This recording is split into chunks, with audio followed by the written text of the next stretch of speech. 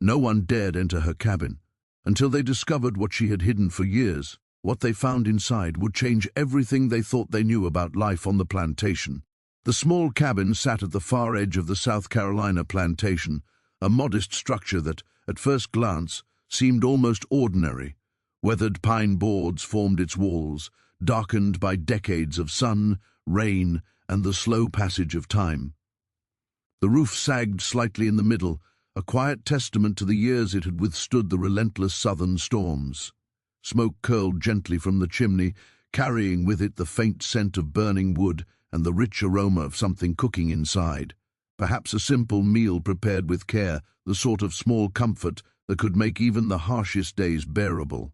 Despite its modest exterior, the cabin exuded a strange sense of order and care that immediately set it apart from the other quarters scattered across the plantation. While many of the slave cabins bore the marks of neglect and hardship, this one had a certain dignity.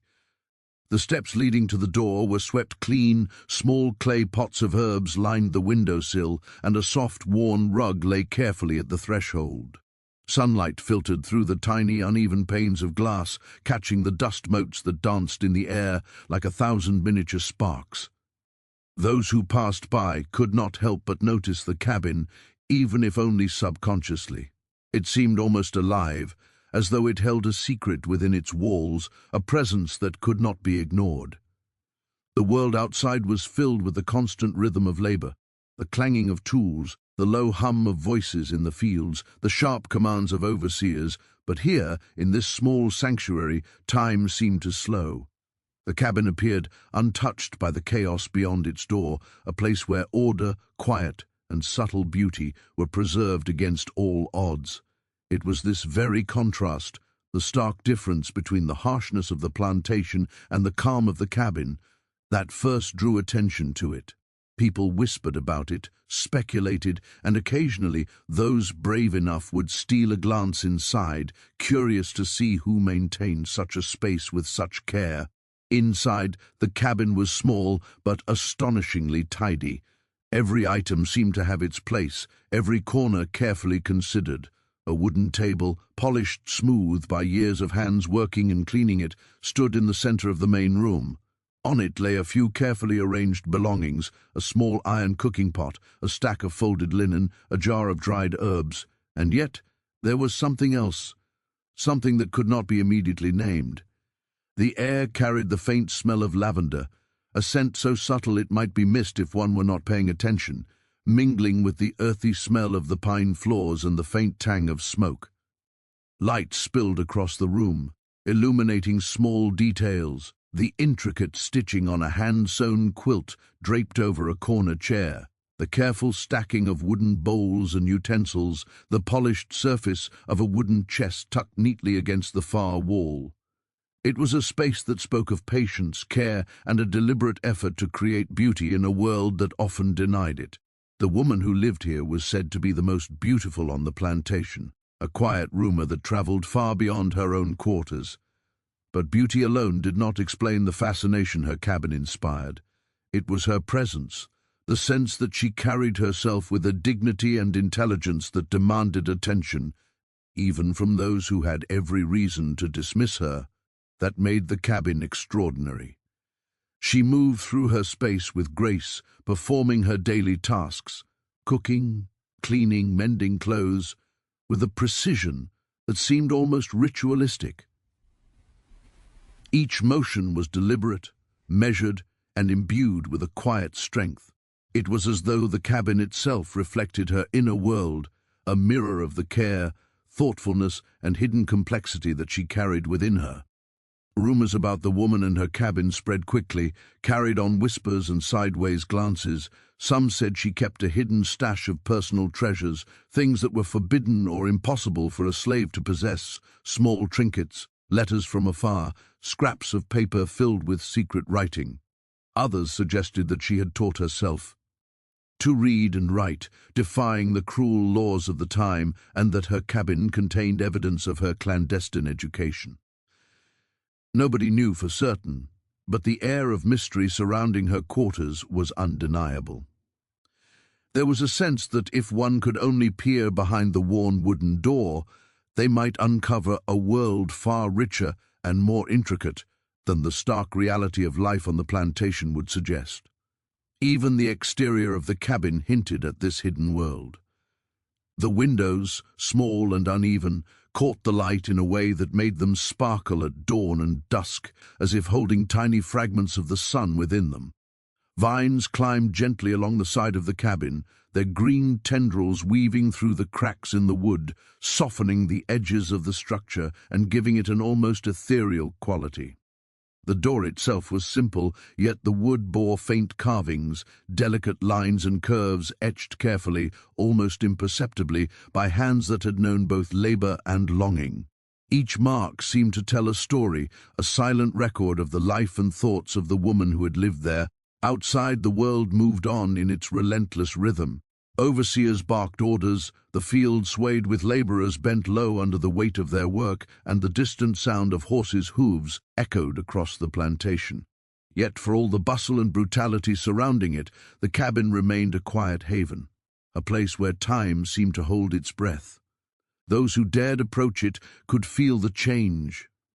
Immediately, a lowering of the tension in the air, a softening of the edges of the world, as if the cabin itself exuded a protective aura, and while many speculated about what lay inside, few dared to disturb it, sensing instinctively that the secrets contained within were not meant for the casual observer. It was this combination of beauty, order, and mystery that made the cabin so remarkable. On the surface, it was a humble dwelling, but every detail, the polished floors, the carefully arranged belongings, the subtle scents, the delicate carvings, spoke of a mind that refused to be constrained by circumstance. It was a testament not only to the woman who lived there, but to the possibility of resistance, of quiet defiance, and of the human spirit's ability to preserve dignity even in the harshest conditions. And it was this very mystery, this hidden depth waiting to be revealed, that set the stage for what would become one of the most astonishing discoveries of the entire plantation. As the sun dipped lower in the sky, casting long shadows across the cabin and its surroundings, one could almost feel the anticipation building, the sense that the ordinary might soon give way to the extraordinary. Every detail, the faint scent of herbs, the soft creak of the wooden floor, the sparkle of sunlight through the dusty windows, hinted at secrets just beyond reach. It was a quiet promise that behind these simple walls something remarkable waited to be uncovered, something that would challenge assumptions, spark curiosity, and forever alter the way the world saw both the cabin and the woman who called it home. The woman who lived in the small cabin at the edge of the South Carolina plantation was more than just the most beautiful among those who labored there. There was an elegance to her presence that seemed almost otherworldly, a quiet strength that radiated in every movement and gesture. Her beauty was not simply in the curve of her face or the deep, intelligent glint of her eyes, but in the way she carried herself, with an unspoken dignity that commanded attention without demanding it. She moved through the world as if she belonged to it, and yet, in a way, transcended it, a paradox that drew both admiration and curiosity from all who glimpsed her. Her days began long before the sun rose, when the fields were still shadowed and mist clung to the earth. She would slip from the cabin in the pale light of dawn, her bare feet barely making a sound on the soft soil. The smell of damp earth and pine filled her senses as she walked, a ritual that connected her to the land even as it reminded her of the bondage that tethered her to it. She would carry out her morning chores with meticulous care, tending to the small garden outside her cabin, collecting water from the well, and preparing a simple breakfast of cornmeal and herbs. But even in these ordinary tasks, there was an artistry to her movements, a fluid grace that seemed almost choreographed. Those who work nearby could not help but notice her. Some watched from a distance, curious or perhaps envious, while others whispered tales of her beauty and her quiet cunning. They spoke of the way she would silently organize her small belongings, how every tool, every cloth, every cooking pot had its precise place. They marveled at her ability to transform the most mundane of objects into something of order and even beauty, as if her touch could elevate the world around her. Children would often linger near the edge of her garden, hoping for a glimpse of her hands at work, while the older slaves regarded her with a mixture of respect and wariness, sensing that there was more to her than met the eye.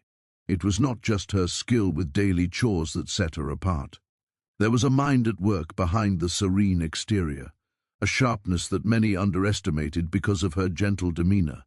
She had learned to read and write in secret, painstakingly piecing together the letters of the alphabet from scraps of paper, stolen books, and the careful guidance of sympathetic elders on the plantation. By candlelight, she would practice her letters, tracing them over and over until they flowed effortlessly, until words and sentences formed beneath her hand, like a private language only she could fully understand. She wrote letters to friends who were far away, chronicled the daily happenings of the plantation, and even recorded her own thoughts and reflections, a hidden archive of intellect and feeling. The T could have been lost forever. Her intelligence was matched only by her intuition. She had a way of reading people that was almost uncanny, sensing moods and intentions before they were spoken aloud.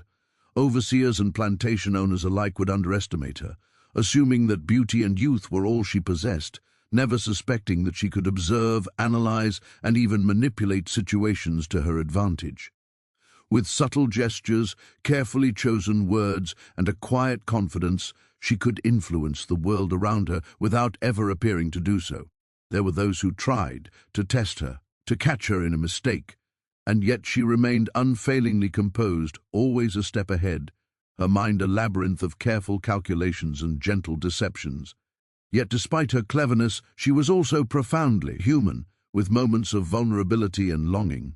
At night, when the labor of the day was done, she would sit by her small window and watch the stars blink into existence one by one.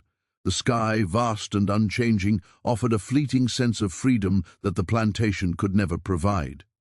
In these quiet moments, she allowed herself to dream of a life beyond the fields, beyond the chains, of a world in which she could move unhindered, speak freely, and live fully. These dreams were tucked away in the folds of her mind, private treasures that no one else could touch. They were the essence of her spirit, hidden but unbroken, like a fire that could not be extinguished no matter how fiercely the wind of oppression blew. Her relationships with others on the plantation were complex, shaped by a mixture of respect, fear, and fascination. Fellow slaves often looked to her for guidance or advice, sensing that she possessed wisdom beyond her years. She would listen patiently, offering counsel in measured tones, never dictating but guiding, empowering others in small ways that left a lasting impact. At the same time, she understood the delicate dance required with the white families who controlled the land. She knew which words to speak, which expressions to mask, and which subtle actions could protect her while advancing her own quiet agendas. Every interaction was a careful performance, a balancing act that required both courage and restraint. One of the most remarkable aspects of her life was how she cultivated joy and beauty in the midst of suffering. Her cabin was filled with small wonders, a few wildflowers arranged in a jar on the windowsill, hand-stitched cloths patterned with delicate embroidery, a simple wooden figurine carved from scraps of wood found in the surrounding forest. These objects were more than decoration, they were affirmations of life, symbols of her refusal to allow oppression to rob her of creativity and wonder. Even the way she moved through the world seemed imbued with a certain artistry, as though each gesture, each glance, each smile was a deliberate act of self-expression. Despite her many talents and the quiet authority she wielded, there was an air of mystery that surrounded her, something indefinable that drew people in while keeping them at a distance. Stories circulated about the hidden corners of her cabin, about the things she kept tucked away from prying eyes. Some whispered of secret writings, of treasures collected in defiance of rules, of knowledge that could never have been acquired under the strict supervision of plantation life. These rumors, true or not, only added to her legend, painting her as a figure both real and mythic. tangible and untouchable, a symbol of intelligence and beauty, quietly resisting the harshness of the world around her. Her days were long, filled with endless labor, but each moment was imbued with purpose. Even in the midst of hardship, she found ways to assert her autonomy, carving out small spaces of freedom that no one could take from her. She cultivated her mind, nurtured her spirit, and maintained her dignity, all while navigating a world designed to strip her of both. And though the outside world might have seen only the surface, the young, beautiful woman performing her daily tasks, they could never grasp the depth of thought, the layers of strategy, or the profound inner life that defined her existence. As the sun climbed higher each day, casting its harsh light over the plantation fields, she moved with grace and intelligence through her world, a silent force shaping her own destiny in ways unseen. She knew that the cabin she tended was more than she. Elter, it was a sanctuary, a repository of her secrets, and a reflection of her inner strength. Every careful sweep of the floor, every folded piece of cloth, every hidden note was a statement of identity, a quiet declaration that her mind and spirit could never be chained. By evening, when the fields grew still and the shadows lengthened, she would return to the cabin and perform her small evening rituals. She would light a single candle, letting its flickering glow illuminate the room and cast long dancing shadows across the walls. She would sit at her table, perhaps writing a line in her secret journal, carefully tending to the herbs she had grown, or simply gazing out the window at the horizon, tracing the shapes of the distant hills with her eyes. These were moments of reflection and reclamation, a time to gather strength for the challenges yet to come and to savor the small victories of a life navigated with intelligence, resilience, and grace. In every way she embodied the hidden brilliance and quiet defiance that so often went unnoticed in the lives of those enslaved. Her beauty was evident, but it was the depth of her character, the intelligence, the resilience, the artistry, and the courage that made her truly remarkable. She was not merely a figure of fascination for those around her, she was a symbol of the human spirit's capacity to endure, to resist, and to flourish even in the harshest of circumstances. And though few could see the full measure of her life, those who glimpsed her world sensed that behind the simple walls of the cabin, something extraordinary was quietly unfolding, waiting for the right moment to be discovered. Word of the woman's cabin had long since spread across the plantation, first as whispers, then as full-blown speculation. At first it had been small details that drew the attention of others, the unusual care with which she maintained the cabin, the subtle glow of candlelight that flickered long after work had ended, the faint aroma of herbs and spices that drifted into the air, incongruous against the scent of sweat and soil that dominated the surrounding quarters. To most, it was peculiar but harmless. But curiosity has a way of feeding itself, and soon what had been polite intrigue became something far more probing. Overseers and even some of the plantation owners began to notice her, to watch the cabin with a careful, calculating eye. There was a sense that something was hidden within those walls, a secret so carefully guarded that its very existence seemed improbable. It began with small observations. A locked chest that she dragged into a shadowed corner every evening, its key kept out of sight. A pile of papers that were swept hastily under the floorboards whenever the overseers passed nearby. Slight marks etched into the wooden beams of her cabin, almost imperceptible to the untrained eye, but enough to make those who looked closer wonder. Every minor oddity was catalogued in the minds of the curio. Us and the suspicious. They could sense that the woman was different, that she understood the rules of the plantation far better than most and had found ways to navigate them in ways that kept her safe, yet untouchable.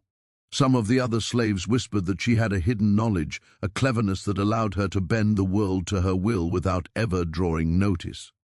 Others feared her, imagining that the strange aura of control she wielded could extend beyond her cabin, perhaps even into the very lives of those who sought to command her. The overseers, men trained to impose authority and maintain order, were the first to grow uneasy. They had long been accustomed to reading people quickly, judging intelligence, strength, and obedience in mere minutes. Yet with her, every attempt to categorize her fell short. She was too careful, too poised, too deliberate in every motion. No glance, no word, no small gesture betrayed the depth of thought and calculation beneath her calm exterior. Suspicion grew not only because she was intelligent, but because intelligence in someone like her was, in their minds, dangerous. They could feel that she had secrets, things hidden from the world outside her cabin, and with each passing day, the tension surrounding her quarters grew more acute. Curiosity soon spread to the plantation owners themselves, who were accustomed to assuming that slaves had little more than the barest knowledge of the world.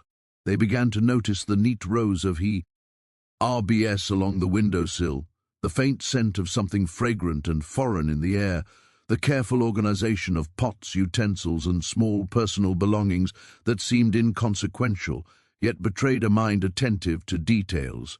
Why did she care so much for what should have been trivial? Why did she keep her belongings arranged with such precision? Questions multiplied, and with them came the desire to know.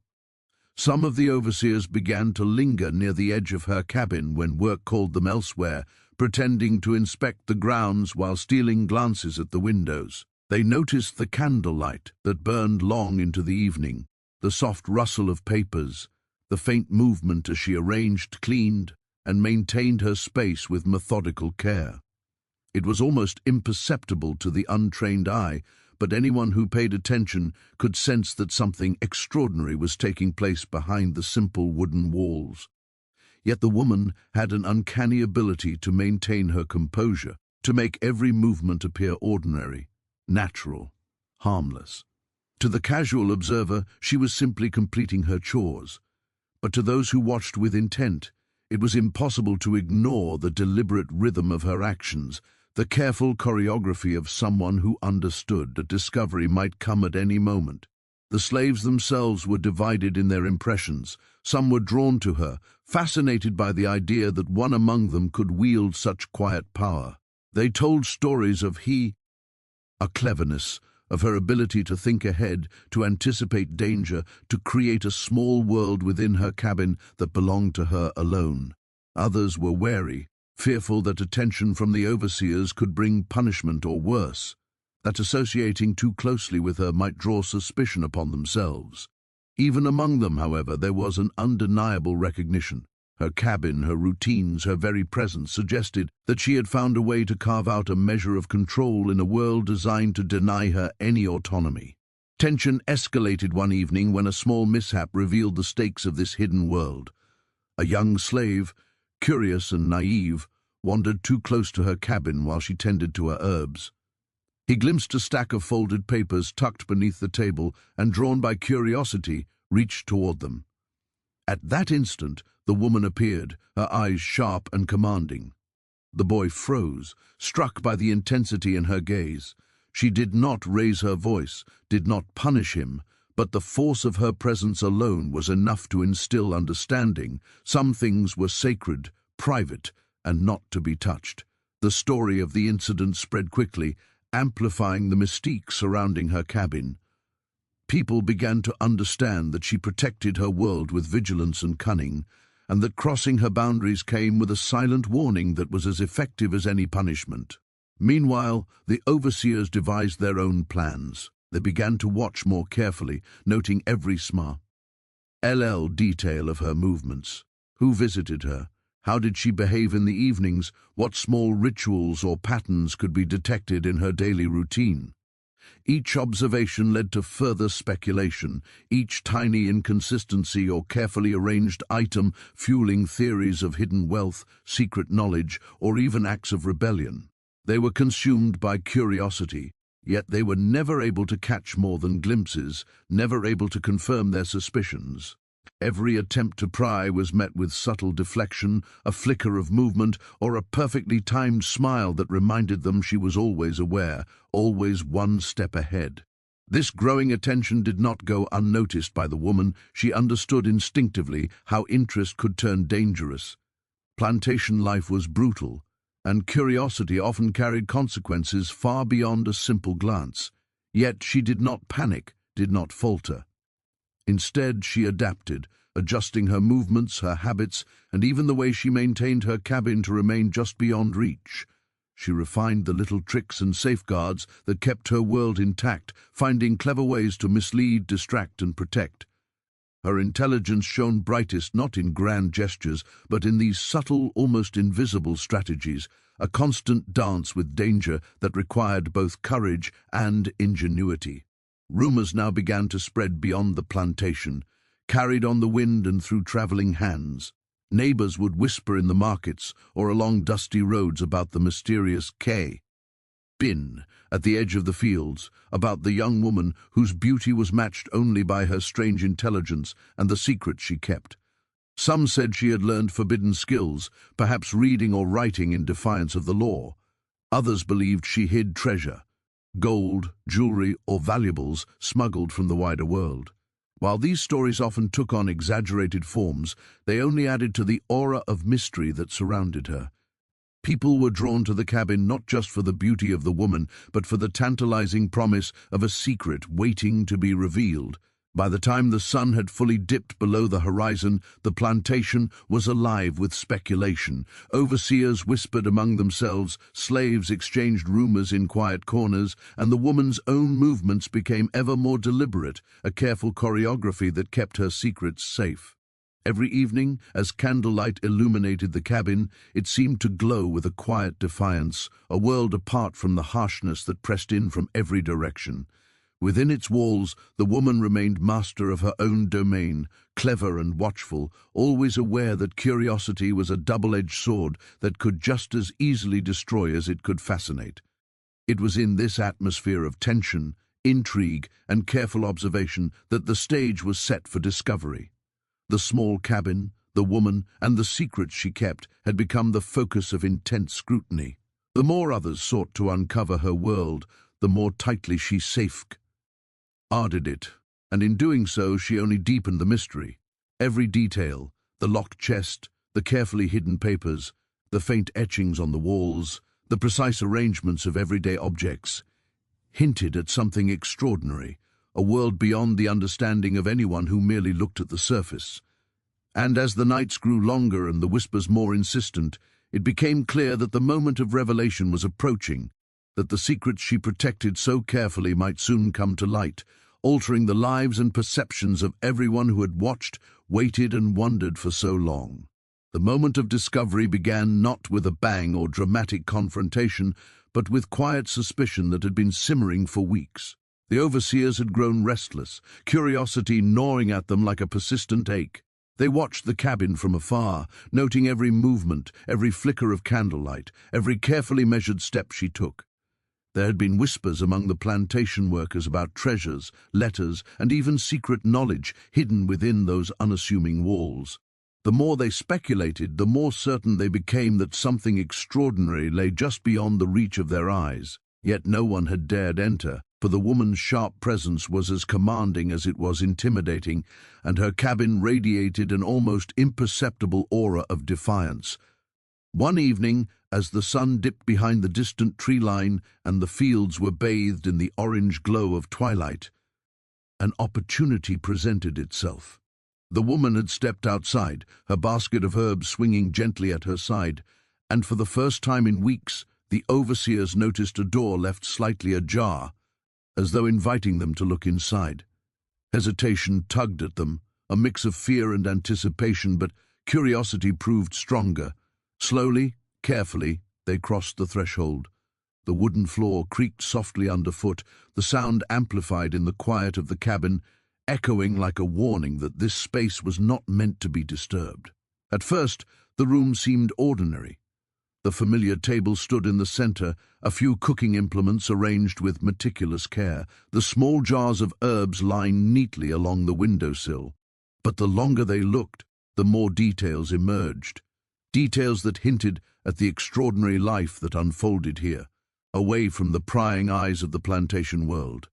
Their gaze fell on the floorboards, and with trembling hands they lifted a section that had been deliberately crafted to blend seamlessly with the surrounding wood. Beneath it lay a hidden compartment, and inside their suspicions were confirmed. There, tucked away with astonishing care, were papers, letters, and small notebooks, each one a testament to a mind at work and a spirit unbroken. The handwriting was precise, elegant, a silent rebellion against a world that had sought to deny her education.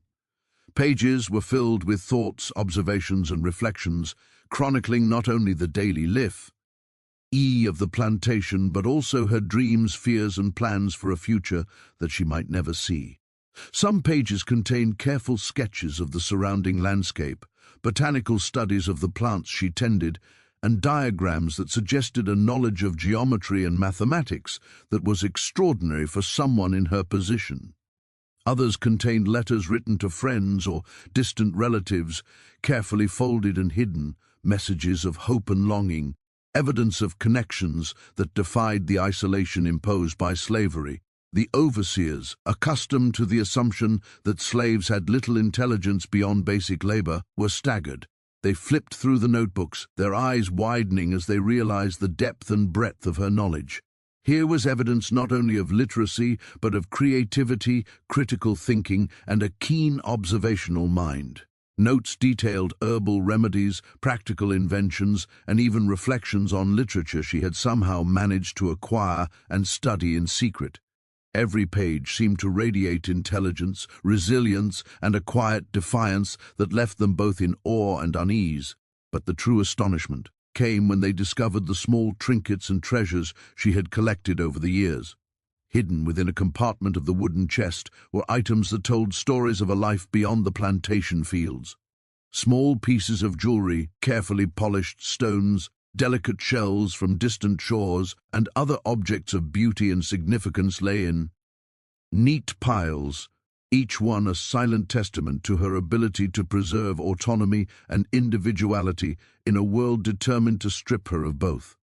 There were also personal keepsakes, notes from those she cared for, small mementos that represented relationships carefully nurtured in secret, connections that the overseers could neither understand nor appreciate. The cabin, it became clear, was far more than a dwelling. It was a sanctuary, a library, a treasure trove, and a laboratory of the mind. Every object, every scrap of paper, every carefully maintained detail was part of a larger design, a hidden life that had flourished in secret, shielded from the harsh scrutiny of the outside world. The overseers were forced to confront the fact that their assumptions had been completely wrong.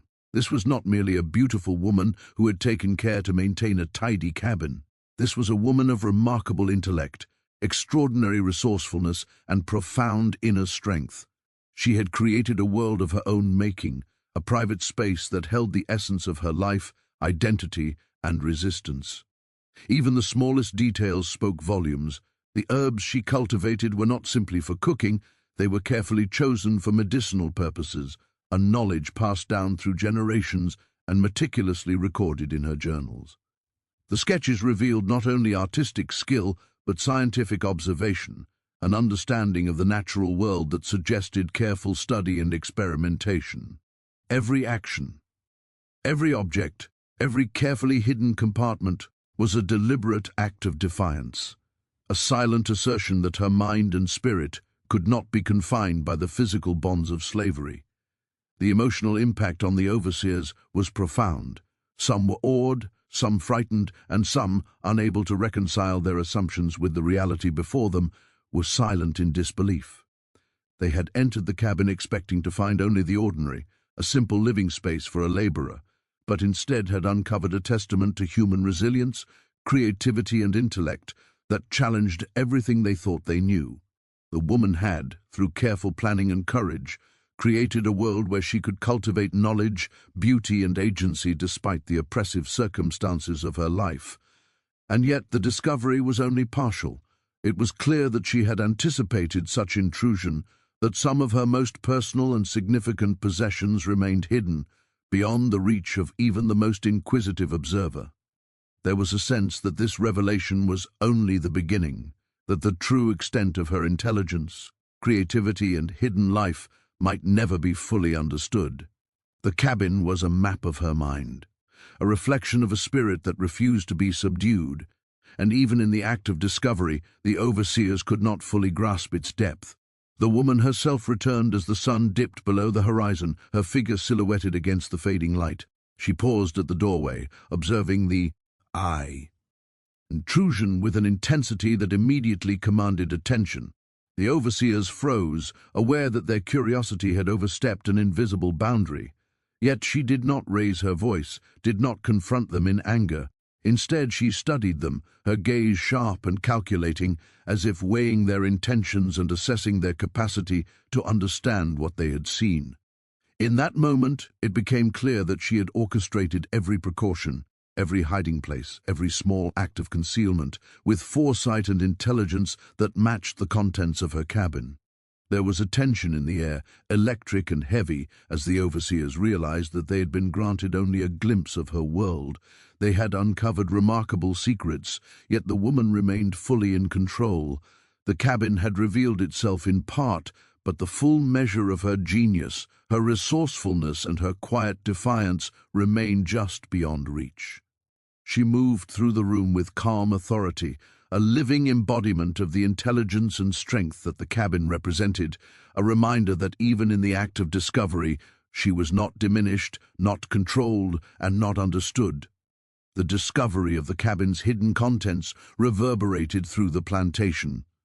Rumors spread quickly among the workers and the overseers, stories of the remarkable knowledge and cleverness contained within the simple wooden walls. And while some marveled at what they had seen, others feared the implications of her intelligence, her autonomy, and her ability to navigate a world that sought to suppress her. The cabin, once just a curious anomaly, had become a symbol of resilience, a testament to the extraordinary life of a woman who refused to be confined, who cultivated a secret world that was as complex and powerful as any person who might seek to dominate her. Even after the initial shock faded, the sense of wonder and respect lingered.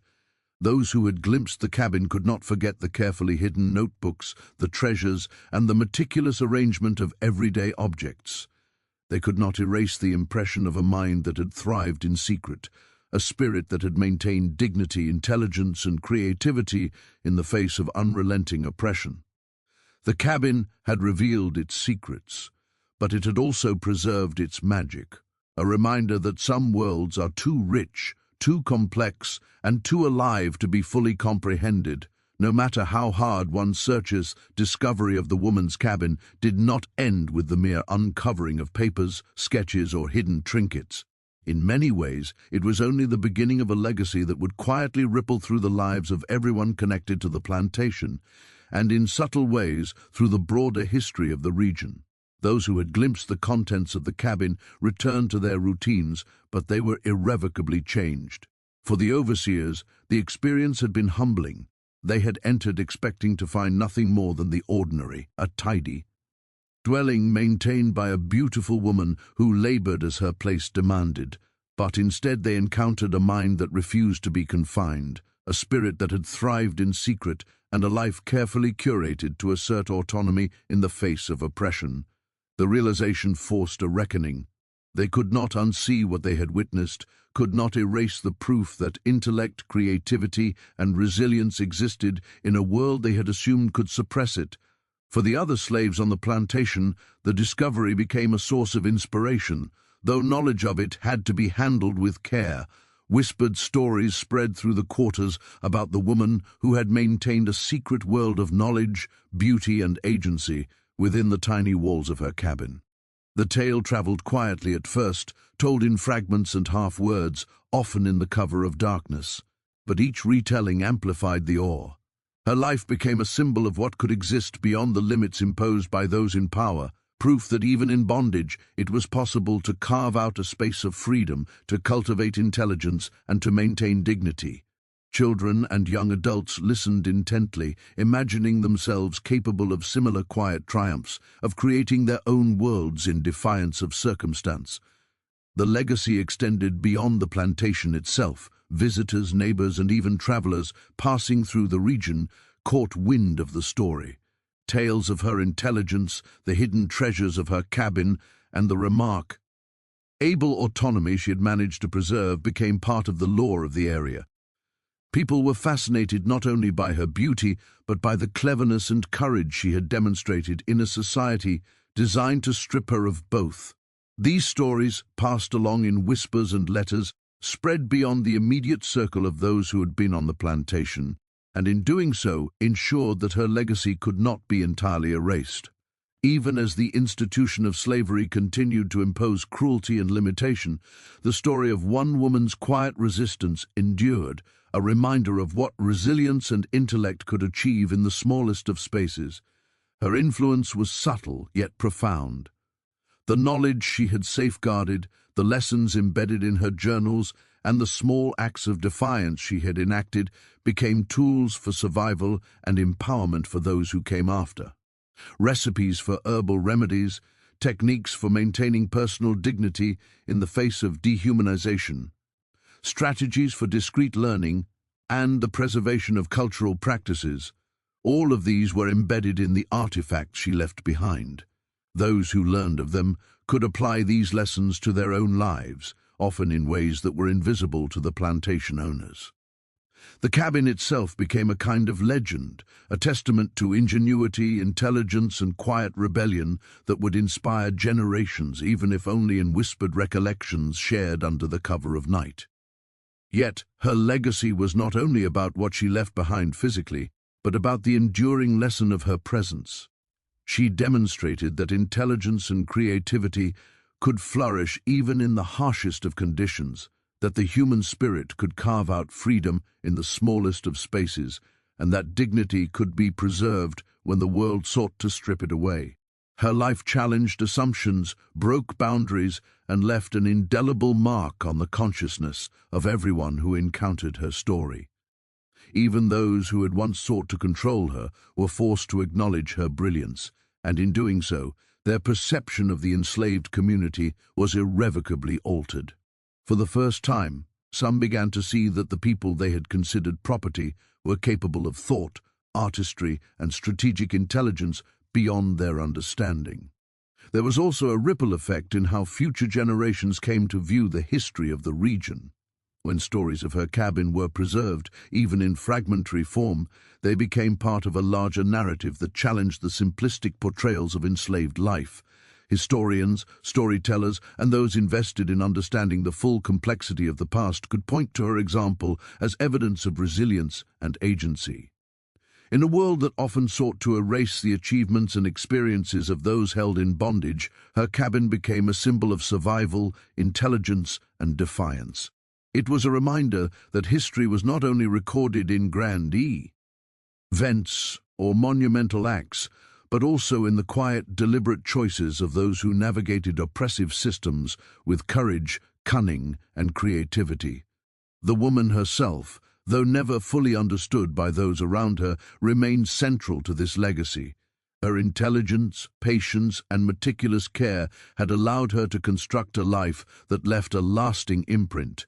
She demonstrated that true power is not always wielded openly. Sometimes it is cultivated quietly, invisibly, and with intention.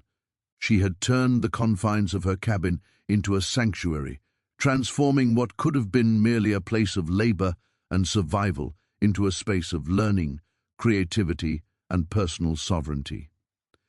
This subtlety became part of her legend, the knowledge that she had mastered her environment and her circumstances in ways that no one could easily replicate, and that she had done so with grace, dignity, and an unyielding sense of self. Even long after her immediate presence faded, the cabin continued to speak. Those who visited it, those who studied it, and those who heard the story of its occupant could feel the echoes of her intelligence and spirit. The journals, sketches, and hidden treasures became artifacts of historical significance, objects that conveyed the story of a life lived with deliberate thought and quiet courage. Scholars and storytellers could interpret her notes, revealing the depth of her intellect and the creativity with which she navigated an oppressive society. And for Ordina, people who learned of her life through oral histories, the story served as a touchstone of hope, inspiration, and admiration, a proof that brilliance and agency can exist even in the most constrained circumstances. Her legacy also had a humanizing effect. on the broader understanding of slavery itself. It challenged narratives that sought to reduce the lives of enslaved people to mere labor, demonstrating that their lives were rich with thought, culture, and complexity. The woman's cabin became a symbol of resistance, not through violence or rebellion, but through intelligence, organization, and the preservation of selfhood. It was a quiet, enduring lesson in the power of human agency, a model for how dignity and creativity can persist in even the harshest of conditions. Her life and her cabin demonstrated that freedom is not solely a physical state, but also an intellectual and emotional one, cultivated in the mind, preserved in action, and safeguarded in secrecy when necessary. The ripple effects of her story extended even further. In subsequent generations, children who heard the tale of the cabin and its occupant grew up with a sense of possibility and pride. They understood that intelligence, resilience, and courage could exist even in the most constrained circumstances. They learned that beauty, wit, and wisdom were not diminished by oppression, and that a carefully cultivated inner life could serve as a refuge and a foundation for future liberation. Her legacy was not only historical, but profoundly personal, a reminder to countless individuals that agency, creativity, and intellect could be wielded quietly yet powerfully, even in the face of overwhelming adversity. In the end, the cabin itself became more than wood and nails. It was a symbol, a repository of human ingenuity and determination. Every artifact, every journal, every hidden compartment was a testament to the remarkable life of a woman who had navigated impossible circumstances with intelligence, grace, and courage. Her story endured not because it was loud or violent, but because it was real, intricate, and profoundly human. It was a reminder that even in the darkest corners of history, light can exist, nurtured by the careful hands, the sharp mind, and the indomitable spirit of those who refuse to be broken. Her life and cabin became a quiet legend, a point of reflection and inspiration for anyone who would listen or look closely enough. It reminded people that the human spirit is resilient, that knowledge and creativity can flourish in the most unlikely places, and that even when the world seems intent on erasure, individuals can carve out a lasting legacy.